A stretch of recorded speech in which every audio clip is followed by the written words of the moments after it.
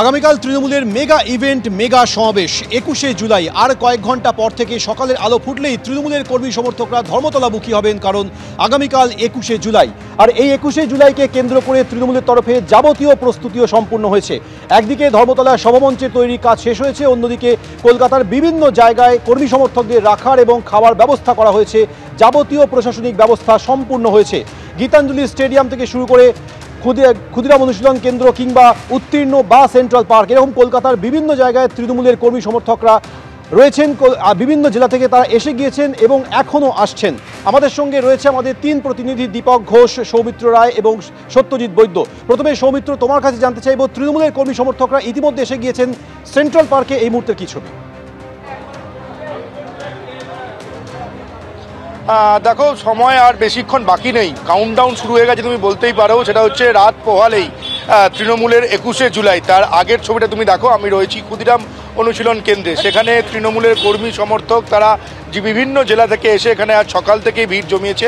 এই ক্ষুদিরাম অনুশীলন কেন্দ্রে মূলত যেটা জানা যাচ্ছে সেটা হচ্ছে মালদা, বীরভূম, বাঁকুড়া, জঙ্গলমহল, দিনাজপুরের তৃণমূলের কর্মী সমর্থকরা এখানে এসছেন এবং এখানে ক্ষুদিরাম অনুশীলন কেন্দ্রে থাকার ব্যবস্থা যেমন রয়েছে, সেই ক্ষুদিরাম অনুশীলন কেন্দ্রের ঠিক উল্টো দিকে যে নেতাজি ইন্ডোর রয়েছে, সেই নেতাজি ইন্ডোরেও তৃণমূলের কর্মী সমর্থক তারাও এখানে থাকছেন। তৃণমূলের নেতৃত্বের তরফে অরূপ বিশ্বাস এই ক্ষুদিরাম অনুশীলন কেন্দ্র এর দায়িত্বে রয়েছেন। তৃণমূলের নেতৃবৃন্দের মধ্যে অরূপ বিশ্বাস, এবং সকাল থেকে আমরা দেখেছি অন্যান্য নেতৃবৃন্দ যেমন সায়নী ঘোষ থেকে শুরু করে শশী পাজা, তারাও এখানে ভিজিট করে গেছেন। তারা কর্মী সমর্থকদের সঙ্গে কথা বলে গেছেন, তাদের কোনো সমস্যা হচ্ছে কিনা সেই বিষয়টা তারা দেখভাল করে গেছেন। যেটা মাইকে অ্যানাউন্সমেন্ট হচ্ছে সেটা হচ্ছে রাত ঘড়ির কাঁটা 10টা বেজে গিয়েছে। এখানে রাতের খাবারের একটা ব্যবস্থা করা হয়েছে, তুমি জানো। সেই রাতের খাবারের যে কাউন্টার রয়েছে সেখান থেকে তৃণমূলের কর্মী সমর্থকদের মাইক্রোফোনের সিস্টেমের সাহায্যে যেটা ঘোষণা করা হচ্ছে, তারা যেন খাবার কাউন্টার থেকে রাতের নৈশ ভোজ তারা সংগ্রহ করে নেন। এবং তৃণমূলের কর্মী সমর্থকরা যত রাত বাড়ছে তাদের মধ্যেও কিন্তু আর যেন তর সইছে না, কতক্ষণে তারা সকাল হবে। এবং সকাল হলেই এই যে নেতাজি ইন্ডোর এবং ক্ষুদিরাম অনুশীলন কেন্দ্র, এই দুই কেন্দ্রে যারা রয়েছেন তৃণমূলের কর্মী সমর্থকরা বিভিন্ন জেলা থেকে যারা এসছেন, সকাল হলেই তারা এখান থেকে মিছিল করে তারা ধর্মতলায় যে মূল সভামঞ্চ সেদিকে যাবেন। এই ধর্মতলার যে মূল সভামঞ্চ, যেখানে আগামীকাল মুখ্যমন্ত্রী মমতা বন্দ্যোপাধ্যায় এবং অভিষেক বন্দ্যোপাধ্যায় বক্তব্য রাখবেন, তার সবথেকে কাছে দুটো কেন্দ্র হচ্ছে এই ক্ষুদিরাম অনুশীলন কেন্দ্র এবং নেতাজি ইন্ডোর। ফলে এখানে যারা কর্মী সমর্থকরা রয়েছে তুমি দেখতে পাচ্ছ, তারা মুখে রয়েছে যে তারা মমতা বন্দ্যোপাধ্যায় এবং অভিষেক বন্দ্যোপাধ্যায় আগামীকাল একেবারে সৌমিত্র সঙ্গে থাকো। যেরকম আপনাদের বলছিলাম যে সেন্ট্রাল পার্কে যেমন তৃণমূলের কর্মী সমর্থকদের রাখার ব্যবস্থা করা হয়েছে, এর পাশাপাশি ক্ষুদিরাম অনুশীলন কেন্দ্র, সেখানেও তৃণমূলের কর্মী সমর্থকরা রয়েছেন। সেখান থেকে সর্বশেষ ছবি তুলে ধরলো আমাদের প্রতিনিধি সৌমিত্র রায়। আর এবার আপনাদের সরাসরি নিয়ে যাবো ধর্মতলায় সভামঞ্চের কাছে, আমাদের প্রতিনিধি দীপক ঘোষ রয়েছে। দীপক, একেবারে শেষ মুহূর্তের কি ছবি? একটা ছবি দিয়ে শুরু করা যাক। একটা ছবি দেখাচ্ছি, একেবারে শেষ মুহূর্তের প্রস্তুতি। এখানে আমরা দেখতে পাচ্ছি যে রাস্তাটা পুরো ব্লক করে দেওয়া হলো, এতক্ষণ পর্যন্ত ছিল না।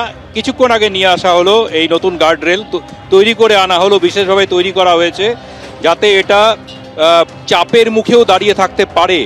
দুদিক দিয়ে আটকানো এই বেষ্টনীটা এখন রং করা চলছে, অর্থাৎ ওইদিকে রাস্তার ডিভাইডার থেকে শুরু করে একেবারে এখানে শেষ প্রান্ত পর্যন্ত পুরোটাই ব্লক করে দেওয়া হলো। অর্থাৎ আগামীকাল সভা শুরু হবে, এই গার্ডরেলের ওপারে থাকবেন শ্রোতারা, দলীয় কর্মী সমর্থকরা, আর এ পার্টটা থাকবে ডিজোন হিসেবে যেটাকে ব্যবহার করা হয়, নিরাপত্তা বলয়ের মধ্যে থাকবে এই অঞ্চলটা। ফলে সাধারণ দর্শক শ্রোতা তারা ভেতরে আসতে পারবেন না। আগামীকালের প্রস্তুতি সারা বলতে একেবারে শেষ মুহূর্তের যেটাকে বলে ফিনিশিং টাচ, সেটাই চলছে এখন এই মুহূর্তে। ধীরে ধীরে কর্মী সমর্থকরা বাড়ি ফিরে গেছেন, কিন্তু আশপাশের এলাকা থেকে ইতস্তত বিক্ষিপ্তভাবে মিছিল এখনও আসছে।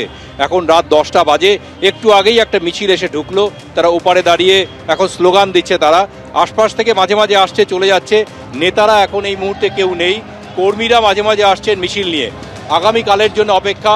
গোটা রাজ্য জুড়ে একাধিক কর্মসূচি রয়েছে ২১শে জুলাইয়ে। যেমন ২১শে জুলাইয়ের কর্মসূচি রয়েছে তৃণমূল কংগ্রেসের পক্ষ থেকে, একইভাবে কংগ্রেসের তরফ থেকে কংগ্রেস নেতা অধীর চৌধুরীর ডাকে আগামীকাল কংগ্রেসের ২১শে জুলাই কর্মসূচি রয়েছে পলাশীতে। একই সঙ্গে বিরোধীদের পাল্টা কর্মসূচি রয়েছে, বিজেপির রয়েছে আগামীকাল শিলিগুড়িতে। তারা উত্তরকন্যা অভিযান করবে শুভেন্দু অধিকারীর নেতৃত্বে নারী সুরক্ষার দাবিতে। অন্যদিকে দিলীপ ঘোষ তার নেতৃত্বে খড়গপুরে যারা তারা একটা অনুষ্ঠান রাখা হয়েছে, যেখানে তৃণমূল কংগ্রেসের আমলে তাদের যে যত কর্মী নিহত হয়েছে তাদের প্রতি শ্রদ্ধার্ঘ্য নিবেদনের জন্যে, যেটা নিয়ে মুখ্যমন্ত্রী মমতা বন্দ্যোপাধ্যায় যখন এখানে প্রস্তুতির কাজ দেখতে এসেছিলেন তখন তিনি যেটাকে সমালোচনা করেছেন এবং বলেছেন যে এই ধরনের পাল্টা কর্মসূচি তৃণমূল কংগ্রেস নেয় না। যখন বিরোধীরা নবান্ন অভিযান ডাকে তখন পাল্টা কর্মসূচি নেয় না। যেভাবে বিরোধীরা পাল্টা কর্মসূচি নিয়েছে তার সমালোচনা করেছেন তিনি। সমালোচনা করেছেন, কর্মীদের নির্দেশ দিয়েছেন, প্রশাসনকে নির্দেশ দিয়েছেন, বলেছেন আগামীকাল যেন শান্তিপূর্ণ এবং পরস্পর সহযোগিতাপূর্ণ পরিবেশের মধ্যে দিয়ে অনুষ্ঠান হতে পারে। একেবারেই দীপক, তুমি আমাদের সঙ্গে থাকো। অর্থাৎ যেহেতু তৃণমূলের শীর্ষ নেতৃত্ব আশা করছেন যে আগামীকাল রেকর্ড মাত্রায় তৃণমূলের কর্মী সমর্থকদের উপস্থিতি নজরে আসবে, তাই যাবতীয় ব্যবস্থা সুসম্পন্ন করার জন্য, সুষ্ঠুভাবে সম্পন্ন করার জন্য প্রয়োজনীয় সমস্ত ব্যবস্থা নেওয়া হয়েছে।